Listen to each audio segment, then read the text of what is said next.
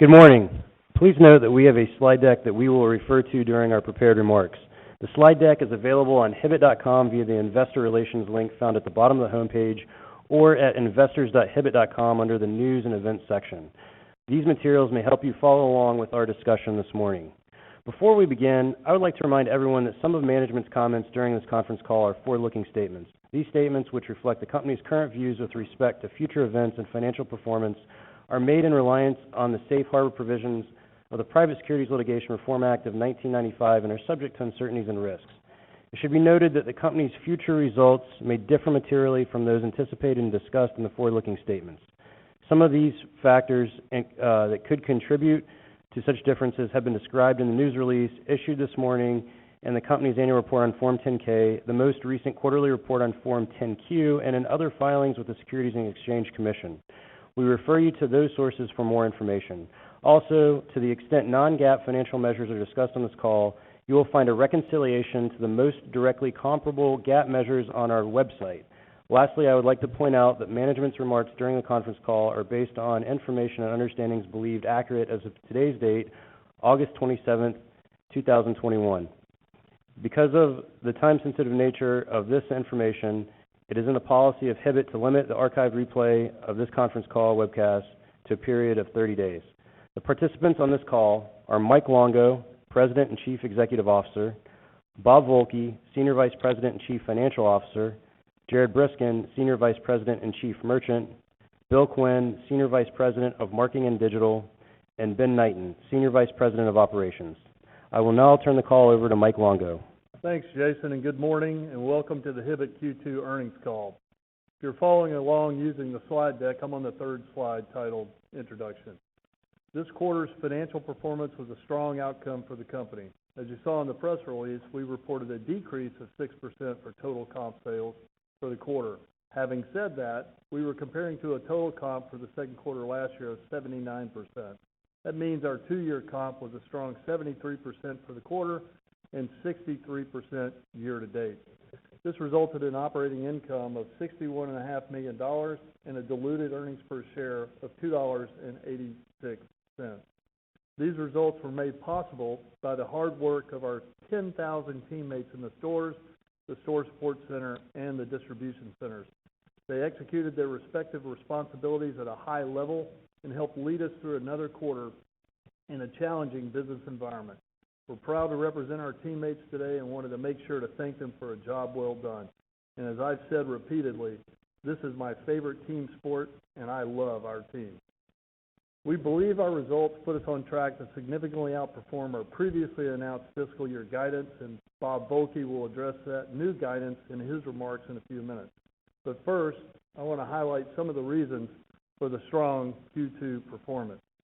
Several factors last year gave both new and existing customers compelling reasons to shop with us. This included competitive closures, increased e-commerce adoption, spending rotation into our product categories, and some fiscal stimulus. As a result, we believe we've increased our market share. The momentum from these factors gave us even more opportunities to attract and retain new customers, and our data shows we've done a good job retaining them so far. Let's talk a little bit more about sales drivers on slide 4. As we stated previously, our competitive advantages of service, selection, and a best-in-class omni-channel capability provide us with a strong and resilient business model that continues to satisfy our existing customers while also attracting and retaining new customers without sacrificing our ability to deliver a premium consumer experience. We continue to update and expand our product assortments, improve our supply chain capabilities, and enhance our overall customer experience, both in-store and online.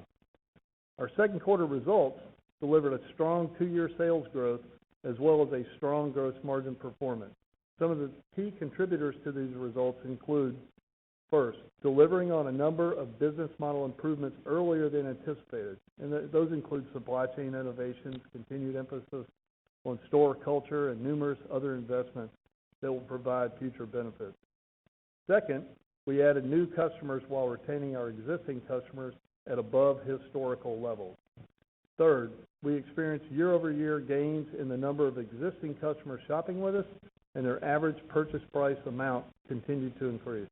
And finally, competitive closures and limited distribution continue to impact our sales positively. The combination of these factors drove our solid quarterly sales results and allowed us to maintain a high gross margin. Moving on to slide 5, we want to give you some insight into our next few quarters. Of course, some of the factors mentioned previously were temporary, while others will persist into the future and could significantly improve our opportunity to drive incremental sales and profitability. We believe the factors that will have a lasting impact in the future include continued improvements to our business model, additional investments in the consumer experience, new customer retention, capitalizing on competitive closures and the reduction in distribution of key brands, and an improved inventory position. And to discuss some of that, I'll now turn the call over to Jared to discuss our merchandising performance. Jared? Thank you, Mike. Good morning. If you'll turn to the merchandising slide. For the second quarter, all categories were significantly above plan as we were able to comp the majority of the prior year's significant sales increase. Our focus on toe-to-head merchandising continues to drive results. Women's licensed products and team sports achieved double-digit growth for the quarter, but were offset by declines in our men's and kids business. All genders and all categories achieved double-digit growth as compared to fiscal 2020, with women's being the standout area with triple-digit growth over the 2-year period. Our apparel business declined mid-single digits during the quarter. Drivers remain color-connected tops and bottoms, sneaker connectivity, and tall to small connectivity from adults to kids sizing. From the athletic brands, we continue to see strong demand for lifestyle product and improvement in performance product. Our fashion brand performance continued to be very strong. Our vendors in this space are very nimble, and they've worked very closely with us to mitigate supply issues. Denim remains an important growth driver. Licensed business was very strong, led by headwear and jerseys, and looks inspired by the 90s are resonating and are in significant demand. Sneaker accessories, bags, and sunglasses had strong results during the quarter, but were offset by pandemic-related items such as masks in the year-ago period. The footwear business declined mid-single digits. Basketball and lifestyle footwear continue to drive our footwear business. Classics demand remains very strong. The running business was also strong during the quarter as our elevated investment in this area has resonated with our consumer. Casual shoes as well as slides and sandals continue to perform exceptionally well. Specific to footwear and apparel, our women's business was our fastest growing area, with men's and kids declining. Inventory remains under pressure due to the increased sales volume and supply chain disruption. Our merchants are working tirelessly with our vendor partners to deliver what we have on order, as well as secure additional inventory. Based on current projections and information, we expect inventory levels to be up to fiscal 21 during the back half of the year, but to remain below fiscal 20 levels. I will now turn the call over to Bob to discuss our financial results. Thanks, Jared, and good morning. Please refer to the 7th slide titled Second Quarter Fiscal 2022 Results. As a reminder, our results include both Hibbett and City Gear and are reported on a combined basis. For the second quarter, total net sales decreased 5.1% to $419.3 million, and consolidated comp sales declined 6.4%. This compares to second quarter fiscal 2021 sales of $441.6 million and a comp sales increase of 79.2%.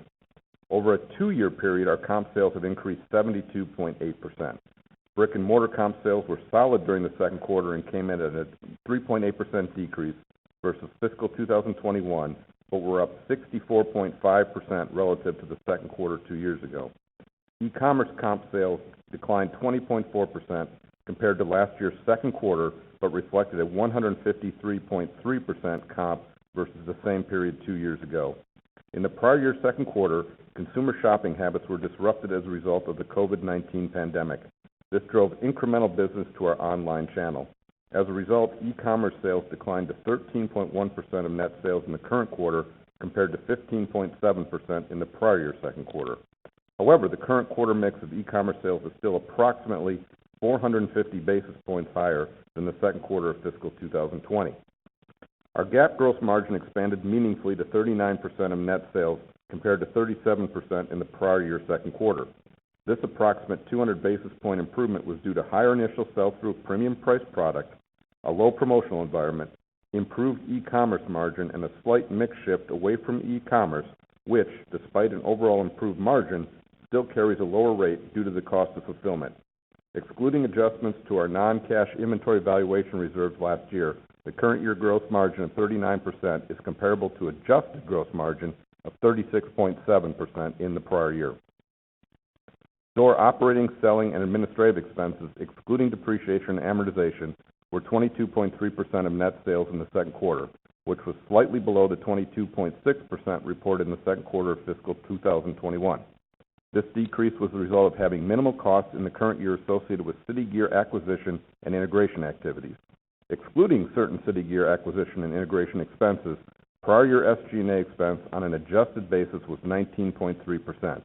Thus, the current year SG&A expense rate of 22.3% represents an approximately 300 basis point increase versus the adjusted prior year second quarter results. This increase was primarily related to the incremental cost of operating fully staffed stores across regular business hours, engaging in targeted advertising aimed at attracting new customers in disrupted markets, and investments to improve the customer experience and to drive efficiency in back-office processes. As a reminder, many of our stores operated at less than regular business hours with slightly reduced staffing levels in the prior year second quarter. Depreciation and amortization increased approximately $900,000 from last year's second quarter, reflecting increased capital expenditures on store development initiatives, plus additional growth opportunities and infrastructure projects. On a GAAP basis, we generated $61.5 million of operating profit in the quarter, or 14.7% of net sales, which compares to last year's second quarter operating profit of $56.3 million. Excluding all non-GAAP adjustments during last year's second quarter, our $61.5 million of operating income this year compared to adjusted operating income of $69.7 million in the second quarter of fiscal 2021. GAAP diluted earnings per share were $2.86 for this year's second quarter, and we had no adjusting items in the current period. In last year's second quarter, GAAP diluted earnings per share were $2.38, and adjusted diluted earnings per share were $2.95. Now we'll turn to slide 8. On a year-to-date basis, sales increased 30.2% to $926.1 million, which is up from $711.4 million over the first 6 months of the prior year, and significantly higher than the $595.7 million in the first 6 months of fiscal 2020. Relative to fiscal 2021, comparable sales increased 30.3%. Brick-and-mortar comparable sales were up 39.9%, while e-commerce sales decreased 11.4%. E-commerce represented 12.4% of total sales in the current year, compared to 18.2% of total sales in the comparable period last year. In looking back 2 years to the first 6 months of fiscal 2020, comparable sales increased 63.4%. Brick-and-mortar comparable sales increased 56.9%, and e-commerce sales grew 127.7% over the 2-year period. Our year-to-date GAAP gross margin was 40.3% of net sales, compared to 33.4% for the first 6 months of fiscal 21. Excluding adjustments to our non-cash inventory valuation reserves last year, the current year gross margin of 40.3% is comparable to the adjusted gross margin of 33.9% in the prior year. First half SG&A expenses were 20% of net sales, compared with 26.6% of net sales in the first 6 months of last year. Excluding certain City Gear acquisition integration expenses and pandemic-related impairment and valuation costs that occurred last year, current year SG&A expense of 20% of net sales reflected an improvement of approximately 100 basis points from adjusted SG&A expenses of 21% over the first 6 months of last year. On a GAAP basis, we produced $171.6 million of year-to-date operating profit compared to last year's operating profit of $34.2 million. Excluding all non-GAAP adjustments last year, our year-to-date operating profit of $176.6 million compared to adjusted operating profit of $77.5 million over the first 6 months of last year. GAAP year-to-date diluted earnings per share were $7.90 compared to $1.50 in the prior fiscal year. Since there were no adjusting items in the current year, the diluted earnings per share of $7.90 compares to $3.30 for the comparable period of fiscal 21, excluding all non-GAAP adjustments. Driven by strong sales, robust margins, and leverage of SG&A expenses, we generated operating cash flow of $115.5 million on a year-to-date basis and have spent $20.8 million in capital, which was largely related to new store openings, relocations, remodels, and expansions of existing stores. Over the first 6 months of the prior year, operating cash flow was $178.9 million, and capital expenditures were $12.5 million. Turning to the balance sheet, we ended the quarter with $176.8 million in cash and cash equivalents. This is down from $270.9 million at the beginning of the quarter and $217.8 million a year ago, as we continue to deploy cash to build inventory and fund capital expenditures while also returning cash to our stockholders. We entered into a new 5-year, $100 million unsecured credit agreement with Regions Bank during the second quarter. We have no outstanding borrowings at present and do not anticipate the need to borrow from this unsecured credit line based on current cash projections. Net inventory at quarter end was $216.8 million, an 18.9% increase from the beginning of the quarter and a 19.1% increase from last year's second quarter. As Jared previously mentioned, we have continued to strengthen our relationships with our vendor partners, and our buying team continues to work around the significant challenges posed by the global supply chain to obtain merchandise that is highly coveted by our customer base. During the second quarter, we returned $87 million to our stockholders as we repurchased just over 985,000 shares of common stock at a cost of $83.2 million under our authorized share repurchase plan and distributed $3.8 million as part of our first ever recurring quarterly dividend. For the year, we have repurchased approximately 1,527,000 shares of common stock at a cost of $120.5 million under our share buyback plan. In addition, our board of directors has declared the next quarterly dividend payment in the amount of 25 cents per common share to stockholders of record at the close of business on September 9th, 2021. Next, I'll review our updated fiscal 2022 guidance on the ninth slide entitled Updated Guidance. Given the strong performance in the second quarter, we are revising our full-year outlook for fiscal 2022, which ends on January 29th, 2022. This update is influenced by several factors. As mentioned in previous comments, we attracted and retained new customers throughout fiscal year 2021 due to pent-up demand, market disruption, and government stimulus payments. We continue to attract and retain additional new customers in fiscal 2022. We expect that accelerating consumer adoption of e-commerce will continue to drive growth across our best-in-class omni-channel platform. Those factors, in addition to our product selection and improved inventory position, have us well positioned to take advantage of additional revenue opportunities. Net double-digit store unit growth, incremental improvements to the in-store consumer experience, and capital investments in supply chain capabilities and corporate infrastructure should also help drive sales and profitability growth. We are now forecasting comp sales for the full year in the positive mid-teens, which is up from previous guidance of high single digits to low double digits. Although we expect comp sales to be positive in both the third and fourth quarters, we also expect the year-over-year growth to slow. We expect gross margin performance will be lower in the second half of the year in relation to the first half of fiscal 2022 due to potential headwinds on freight and shipping costs and deleverage from store occupancy costs. We continue to expect gross margin will be favorable to both the GAAP and adjusted fiscal 2021 gross margin percentages on a full-year basis.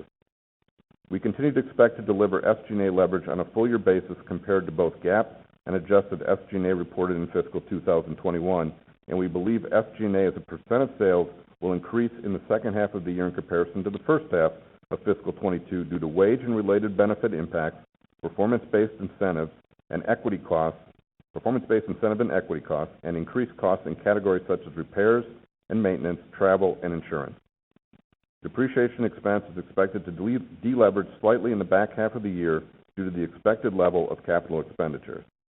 We would also like to point out that we believe year-over-year gross margin and operating margin comparisons will be more difficult in the third quarter than the fourth quarter due to fixed cost leverage considerations. Lastly, diluted EPS is now forecast to be in the range of $11 to $11.50 versus our previous outlook for projected diluted EPS of $8.50 to $9. Our diluted EPS forecast assumes an effective tax rate of approximately 25% and a weighted average diluted share count for the year of approximately 16.2 million shares. We do not anticipate the difference between our GAAP results and non-GAAP results will be material for the current fiscal year. From a capital expenditure perspective, we remain committed to investing in our business for the long term and have identified additional investment opportunities.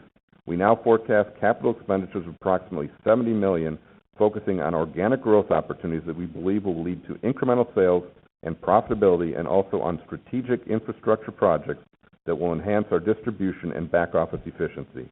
We believe that these investments will assist in attracting new customers, improve retention of new and existing customers, enhance the consumer experience in stores and online, and modernize our technology and processes.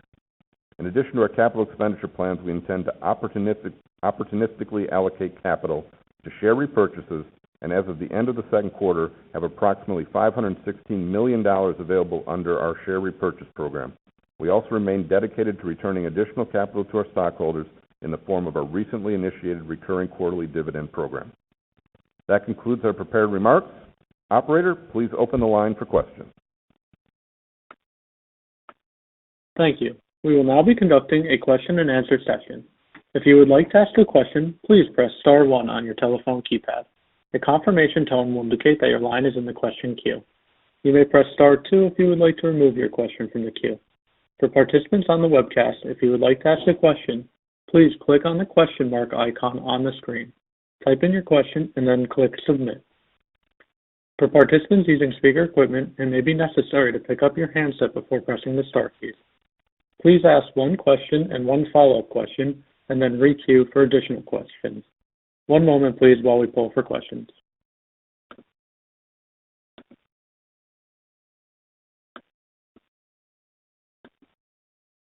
Thank you. Our first question is from Alex Perry with Bank of America. Please proceed with your question.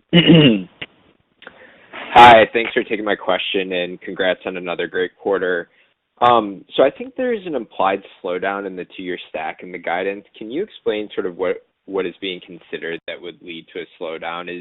Is most of it just contemplating challenges, securing inventory in the back half? And then maybe just off of that, could you give us a little more color, thinking through on sort of the cadence of the comp progression in 3Q versus 4Q? Thank you.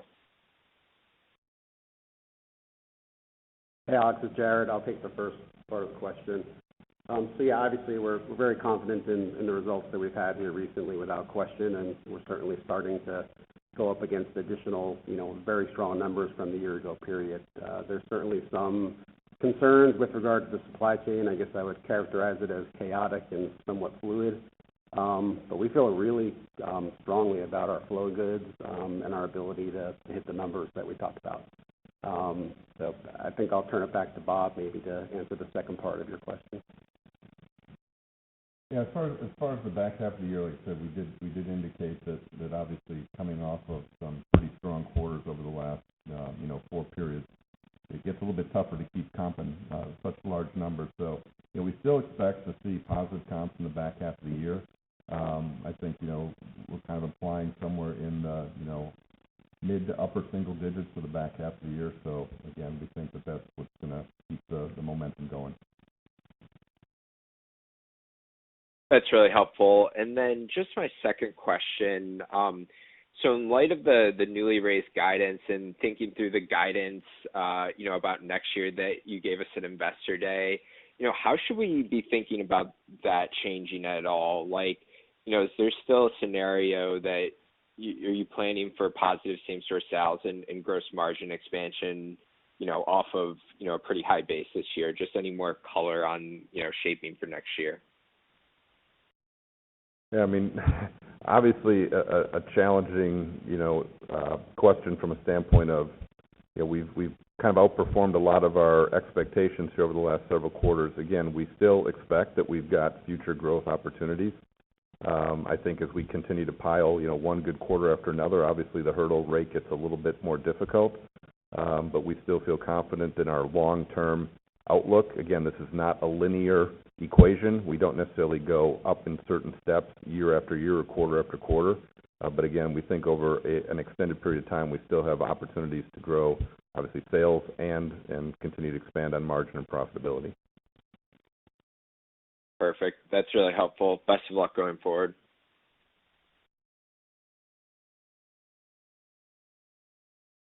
Thank you. Our next question is from Sam Poser with Williams Trading. Please proceed with your question.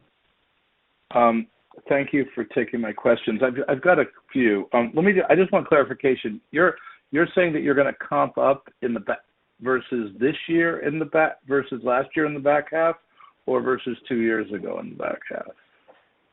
Now, we will comp positive in the back half this year versus last year. In the range again you mentioned was how much? Mid to high single digits is our expectation. Doesn't that put your full year comp above your guidance?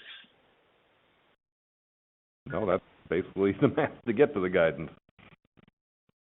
Okay. Compared to fiscal Q2 20, Jared, women's, men's, and kids. Footwear, apparel, and team sports versus 2 years ago. Could you give us some color there as to what it was versus a couple of years ago, please? Yes, as I mentioned, Sam, first of all, good morning. But, all of our categories and genders were up double-digit compared to the 2 year ago period. Certainly the standout, as I referenced, was our women's area. Next would be our kids area, which was incredibly strong. And as a reminder, those two areas were a significant focus for us as we evolved our entire merchandising organization to try and capitalize on that opportunity. Our smallest area of growth was our team sports area. We were thrilled with the double-digit improvement over the 2 year ago period, but the growth was really driven by footwear and apparel. Great. And then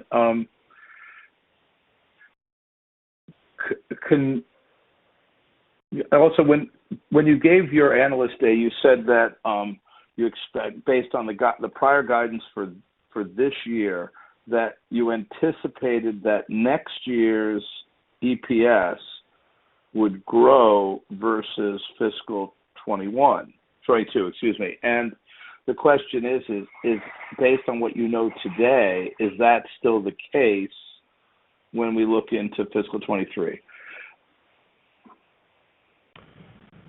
Again, hi, Sam, it's Bob. Hi, Bob. I don't know if we were definitive in that saying it was definitely. We said, I think the question was more along of like, could it grow? And I think the answer was yes, we thought it could certainly grow year over year. As I just, mentioned when we talked to Alex here in the last question, as we continue to stack strong quarters, it obviously, increases the bar a little bit. Again, I'm going to repeat what I just said, but again, may not be completely linear. Again, I still think it is possible, and I still think that we will do the best we can to continue to grow on a year-over-year basis. But again, I don't think we made a firm commitment to that. It's just that's our expectation and hope that we can continue to do that. All right. I'll let somebody else go and buzz back in. Thank you. Thank you. Our next question comes from Cristina Fernandez with Telsey Group. Please proceed with your question. Yeah, good morning, and thank you for taking my questions. My first question is, on the last call, you talked about increasing inventory by, let's say, 80 to 100 million, I think was the number, by the end of the year. Do you still think that is possible, just given the, the supply chain constraints in the system? Yeah, so good morning. It's Jared. I would say our aspiration is certainly to continue to try and get our inventory levels caught up to those numbers. But, based off the demand that we're seeing and some of the constraints, that's becoming more difficult. At the same time, I think we've effectively operated on a significant lower amount of inventory, and our team's gotten more comfortable in operating with a lower amount of inventory. So I think it really becomes more about the flow of that inventory, how trend right we are, and ensuring we have it at the right time. So that's what we're focused on now. We're controlling the things that we can control with regard to the supply chain, but we're very confident in the inventory that we have and the flow of inventory coming in. Okay. And then my follow-up is, can you provide more details about where the incremental CapEx is going this year, the $70 million you forecast now versus previously the $45 to $50 million? Thanks. There's a couple kind of major buckets on that. So obviously store development, so when we talk about new store growth, expansions, remodels, refreshes of our stores. We've got the opportunity to kind of move that forward a little bit more quickly. We figure this is just something that we would be doing over time anyway, so we've accelerated some of that to get some bigger bang for the buck into the future.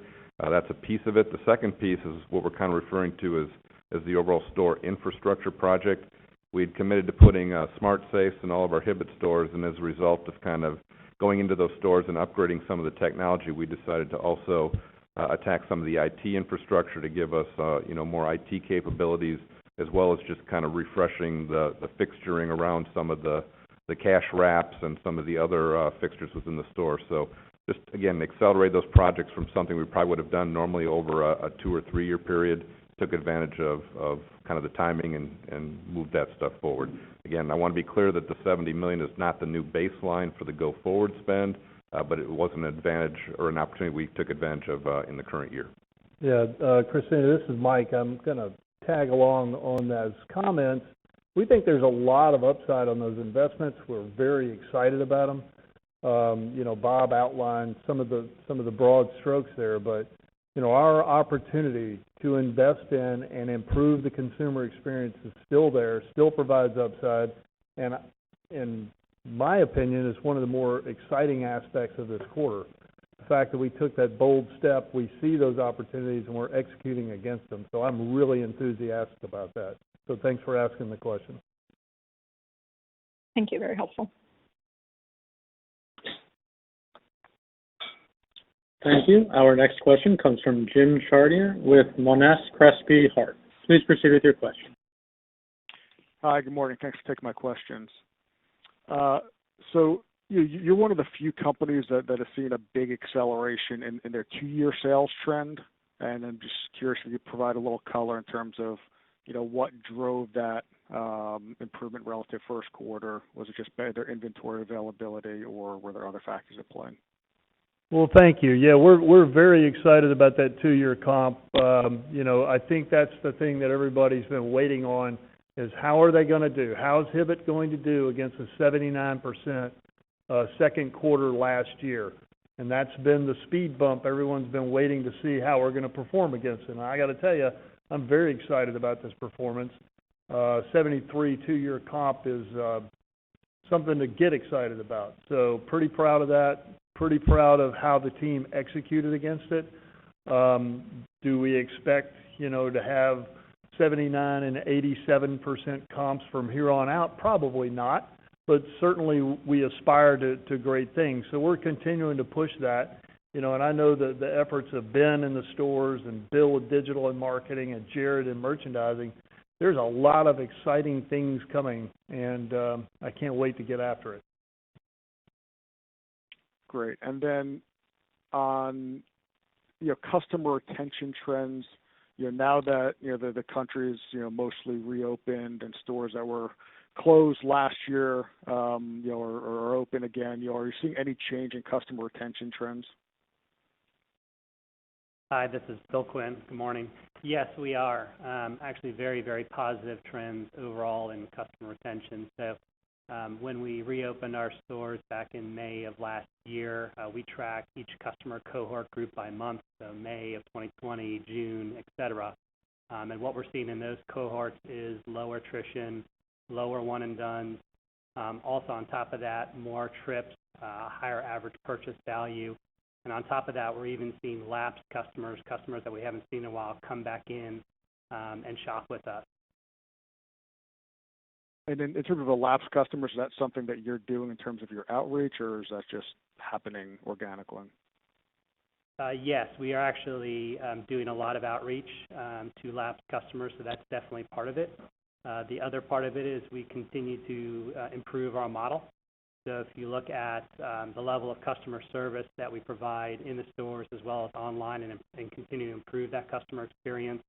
On top of that, we continue to improve product. Jared's team and our vendors have just done a fantastic job there. And lastly, our best-in-class loyalty program attracts customers. It is very easy to use and provides a lot of benefit to them. Great. And then, last year you put out a target, I think, of $20 to $40 million sales benefit from competitor store closings. what are you seeing in the markets where, Stage and JCPenney stores closed, and then how are you tracking versus your initial expectation? This is Mike. We feel really good about that estimate. We're seeing those sales come in. We track all of the competitive closures as well as changes in distribution as reported externally within a 3-mile radius of our stores. We know where those competitors are. We believe we have a pretty accurate model of what it means to our sales forecast. We're executing against that. We have gone to the level of detail of doing the obvious things like marketing against those opportunities and getting the consumer awareness to know that we're there and we've got the product and we're ready to serve those consumers. We've gone to the lengths of changing the product mix in the store and adding to product. We've done a great job. Ben has done a great job in coaching our employees in the stores and getting ready for that. So we feel really good about the estimate. There's more to come. I think everybody remembers it was this time last year that Stage stores began actually closed their stores. I believe it was the 26th or 27th of August. One thing that we didn't see very clearly was we thought that it would be more, it would come in quicker. And so what we saw was somewhere along the lines of 45 to 60 days before the effects began to really show up in our cash registers. That has been relatively consistent. And so as you would think about it now, we're going to annualize those numbers at least against Stage. But as you continue to think about the future and how those sales opportunities layer in, we've still got upside against all of those publicly reported changes in distribution. They really don't all come into effect until the end of this calendar year. So all of those upsides are still in the future except for the Stage stores comp. Did I answer your question yet? That was great. I appreciate it. Sure. Thank you. Thank you.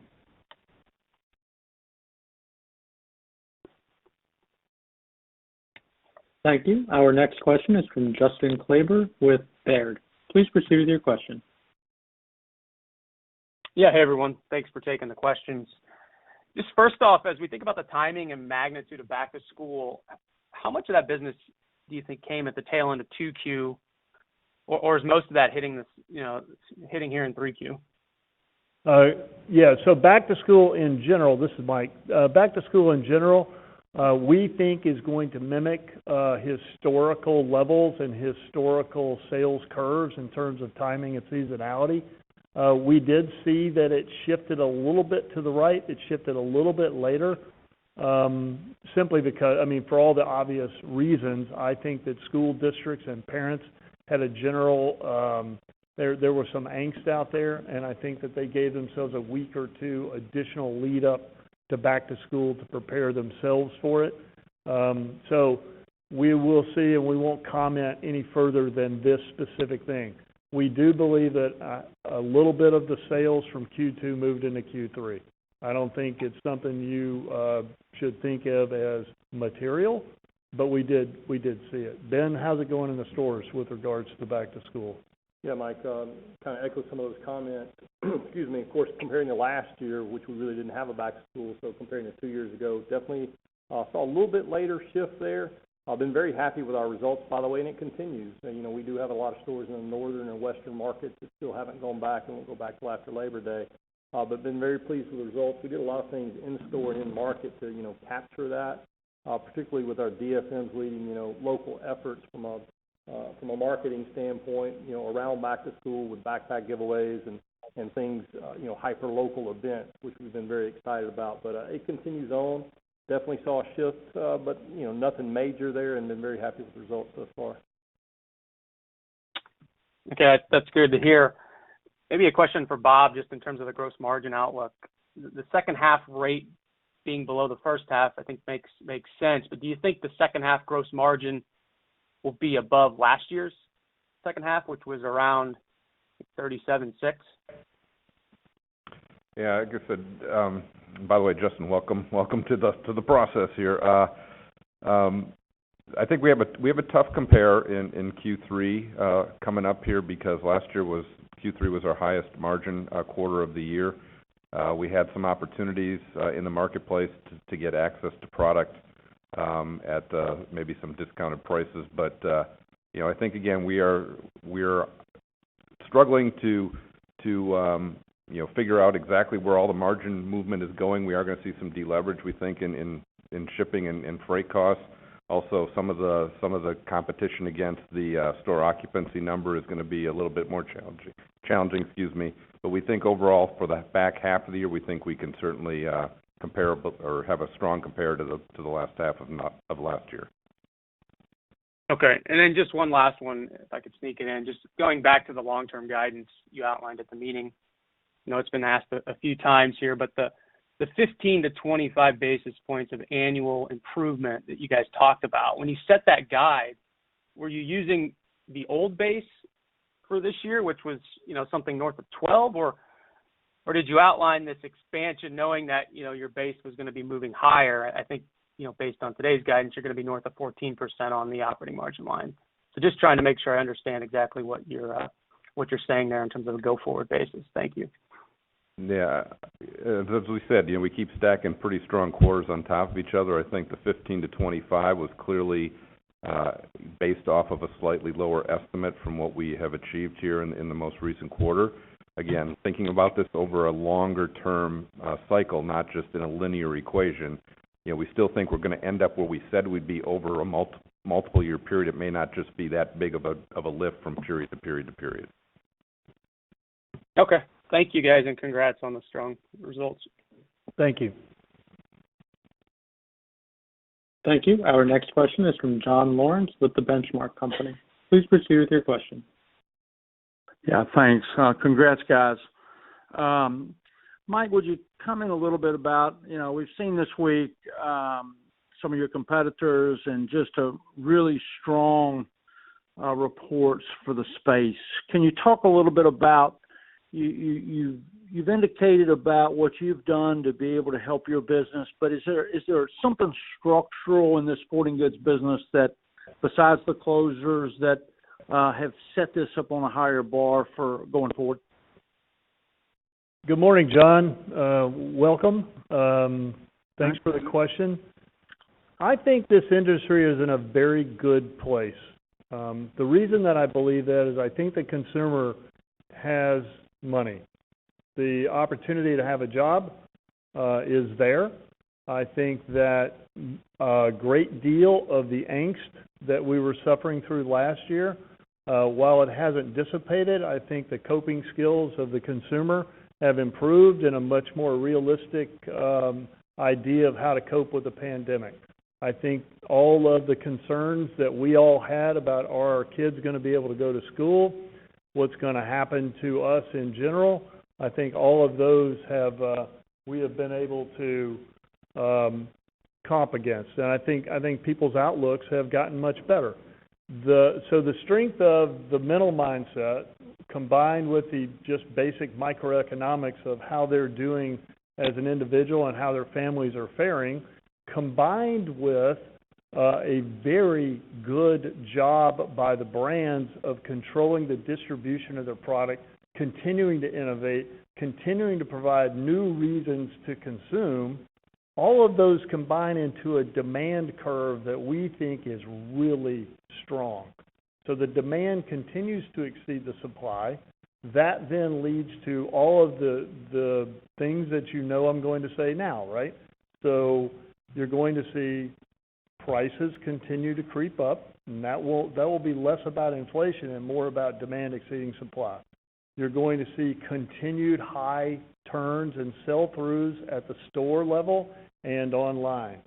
Those then lead to higher gross margins on the product. Certainly, we're going to see some inflation creep in on the product cost, but as long as the gross margin continues to keep pace, that means the gross profit dollars per product are actually going to be higher. We are certainly going to see challenges in the supply chain. I don't think you need me to go chapter and verse on that. We all know what they are. They're publicly reported. You all see it. Anybody who's tried to order anything has found that it's hard to get. So that means that we're going to see disruptions in the supply chain. It's going to cause problems with timing. It's going to cause increased freight costs. It's going to cost us more in supply chain. But all those are swamped by the benefits of an increased demand over supply. And that gap continues to increase. Now, that won't last forever because we all know what economics says. It's going to catch up. But by the time it catches up, the industry itself will be in a completely new place. And that place is, again, we've got innovative product, we're addressing the consumer's needs, and we're doing it in innovative ways, both the brands and the retailers themselves. And for my part, I couldn't be more bullish about our industry and our segment and what we're doing and how it's looking going forward. Great. Thanks so much for that insight. And Jared, just one question for you. Remind us a little bit, I mean, when you look at this women's business and you reformulated the buying teams and restructured that, remind us a little bit, because obviously that's turned out to be a pretty bullish move and pretty dramatic in the numbers. Can you walk us through that just a little bit, please? Yeah, thank you. Good morning. Yeah, so really pleased with the results. I mean, we took an opportunity. We felt like we had significant opportunity across the women's and kids business, and with the men's business being our largest business, we felt like we weren't putting enough time, enough effort into growing the women's and kids business. So we were able to bring in some external talent, which helped significantly, and we reorganized the entire merchandising area with leadership across men's, women's, and kids, as well as City Gear. And that focus has allowed us to really dig in and look at all these incremental opportunities and then really put forth a strong effort in partnering, with Ben and the ops team and Bill and the marketing team to really ensure that we're really getting after these consumers individually and trying to capitalize on what really was a lot of low-hanging fruit. So really pleased. It was really more about providing the focus and then making the appropriate investment and, frankly, taking some risk in inventory in these areas based off the data that we saw. Yeah, I'd like to, Thanks for that update. Congrats. Jared, and what Bill has done there, because the way that's come to life in the store is really connectivity at a higher level, across those genders, right? And so now when you walk in the store and we talk about toe-to-head, you see it come to life much more so than it has done historically. And so we now have that connectivity in store from, footwear to the apparel to the accessories. And so, that's where it shows up for the customer, and we see the results. Thanks a lot. Congrats again. Thank you. Thank you. Our next question is from Sam Poser with Williams Trading. Please proceed with your question.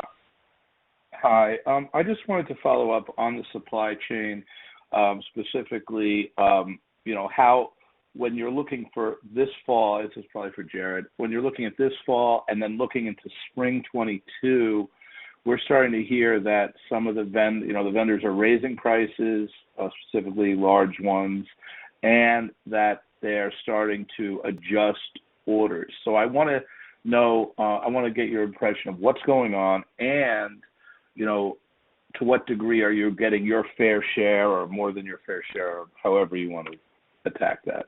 Thanks. Yeah, hey, Sam. I think I would revert back to something I said earlier. First and foremost, it's pretty chaotic. It is fluid. It is changing rapidly. Our team's done a great job, without question. They've been tasked with having to continually redo, resort, reallocate, rebuy, and find opportunities, and have done a remarkable job. And we've been doing this for the last 16 months. So we know how to do it. We've been doing it, and it's something that we're used to, although we don't like it. So we're going to control the things that we can control. We feel really strongly about the flow of our inventory, and we feel very strongly about the way our vendors are treating our business. You really don't want to answer the question. I mean, I'll be blunt, we've heard that Nike has, taken, I guess, January orders that were written prior and raised the prices 5 or 10%. And we're hearing that they're starting to cancel some spring orders with other retailers. Are you seeing those specific things? understand we've seen some price increases. I don't think that would be a surprise. There's nothing that we've seen that we're concerned about. As Mike mentioned earlier, the complement of the price increases will allow us to continue to drive additional gross margin.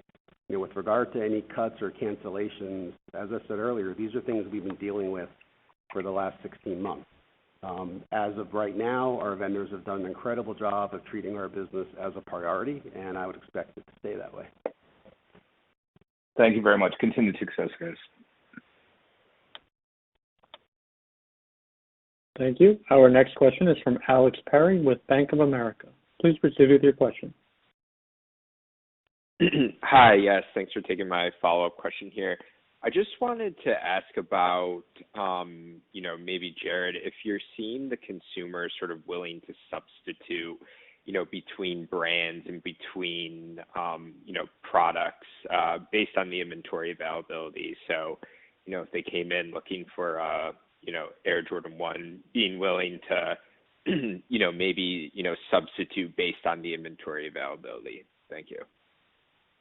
Yeah, thanks, Alex. Good question. I mean, certainly, as Mike mentioned, the demand has been far greater than supply. So we are seeing more of an opportunity for substitutions. But at the same time, consumers frequently want what they want. So, we've done a lot within our company to be able to ensure that we can provide access to consumers. That's certainly paying off, but we are absolutely seeing I wouldn't say necessarily a full trade, but consumers are a little bit more accepting of similar products. But I think Ben can give some really good insight to this from a store perspective, so I'm going to flip it over to Ben. Yeah, I would, thanks, Jared. I kind of classify it as a more understanding than they have been historically around inventory levels because they see it, kind of throughout, be it in our industry or in other industries, and the limited supply or it's here one day, it's not there the next day just because of the sell-throughs. So we've seen some substitution out there that you probably haven't historically, but still very brand loyal by nature. But, when you have to buy for back to school, you have to buy for back to school. And so you kind of shop around, you figure out, where you can get what you're looking for, and, we hope we provide that in the best way possible. Perfect. That's really helpful. Thanks again.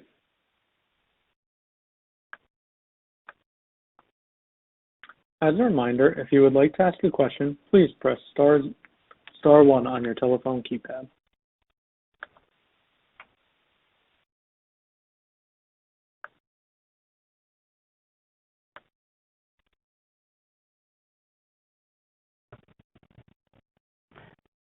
Hi, it looks like we have a few questions over the webcast. To summarize, how do you think about your capital allocation strategy in terms of returning capital to shareholders? Do you view repurchasing additional shares or increasing your dividend a higher priority? Well, this is Bob. Again, we believe they're both important parts of the capital allocation strategy. At this point in time, we have still, as I mentioned in my comments, over $500 million available to repurchase shares. We will certainly be opportunistic in doing that. You've seen that we've been fairly aggressive in the first 6 months of the year. I would expect, again, that will be a priority for us as we go forward. The dividend is now established. We expect that it will be fairly stable here for the next couple quarters. But again, we will continue to kind of evaluate all of those opportunities as we continue to have the cash available to support that program.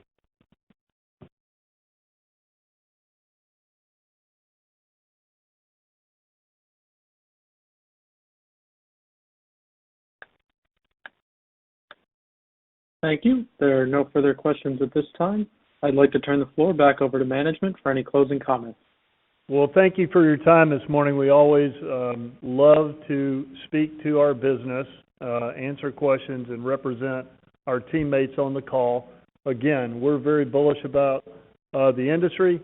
We love our team. We love our business model, and we really appreciate your time this morning. And so thank you. We'll sign off now. Goodbye.